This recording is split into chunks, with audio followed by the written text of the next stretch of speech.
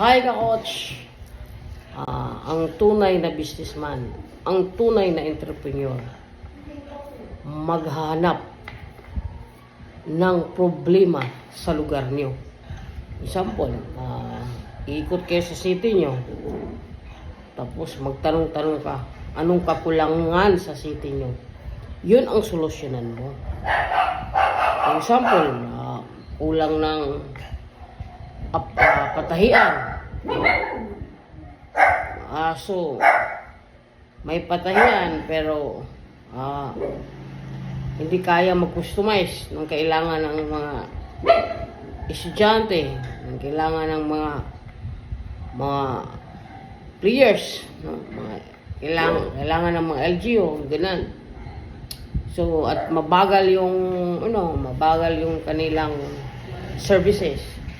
So, yan. Tulad sa akin, no?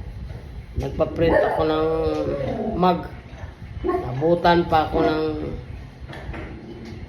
15 days bago nagawa. Tapos, 3 piraso lang mug lang. So, ang ginawa ko, nasara ko, nagpatayo ako ng printing na mayroong agad makukuha. Sinusunan ko yung problema ng mga tao.